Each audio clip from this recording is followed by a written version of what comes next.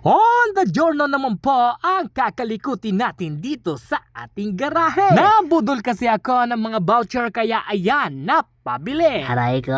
Konting panggiliting nga lang to mga tropa. Eto ngang Ataka puliset nga lang ang ikakabit natin pero may humabol pang iba. Ang humabol ay makikita nyo maya maya mga tropa at dito nga'y tinitimbang ko muna isa-isa para malaman ko kung ano yung mga piyesang mabigat o magaan na ipapalit natin sa kanya. Kasi gusto ko mangyari mga tropa, yung ikakabit nating mga piyesa sa kanya dapat mas magaan kaysa sa stock. At ayun na nga, sisimulan na nga natin dito sa 8 nakatago mga tropa. Mahirap-hirap to pagka nagkamali kayo. Pero dito mga tropa ay pinalitan ko na yung mga tornilyo ng sakin dahil ang pangit ng tornilyo ng mga 160 series. Hindi alright. Yung stock kasi ng mga 160 series na bolts mga tropa mga babababaw yung ulo kaya pag nagkamali kayo ay kakabyos talaga yung mga ulo nito at malo-lost thread. Alam mo Yun gaganda ng mga tornilyo ko no? Dito nga binabaklas na natin ng stock at syempre titimbangin rin natin yan maya-maya mga tropa at ang aking belt ay napalitan ko na rin pala yan nung una. Eto nga pala yung size ng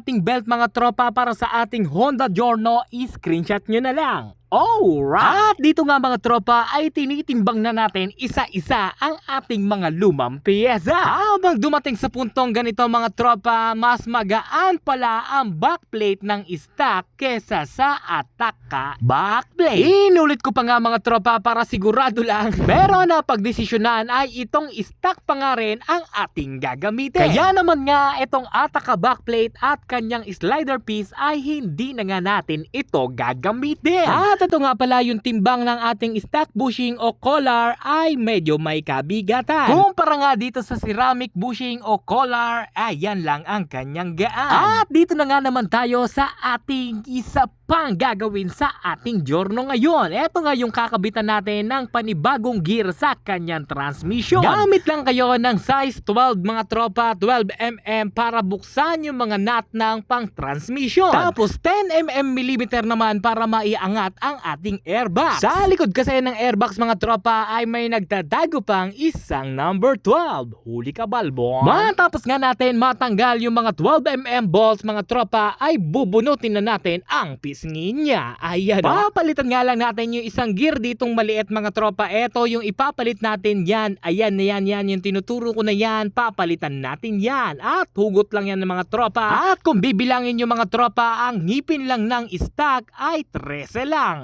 Sinabi ko na, wag nyo nang masyadong bilangin mga tropa. 13 yan.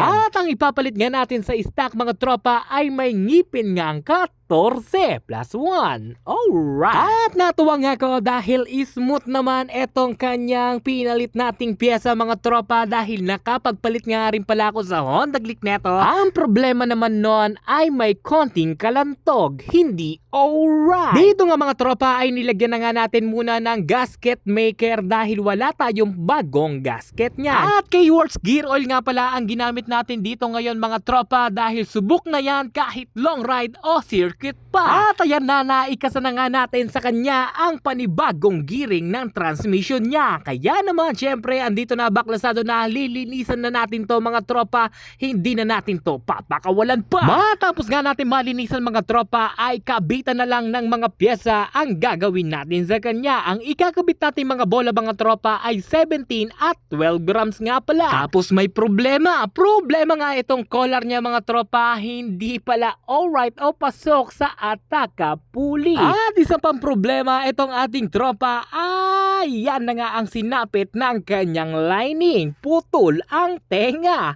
Hindi alright. All goods na mga tropa yan. Wala siyang ingay-ingay, hindi nagka-crank yung na test drive ko na guys.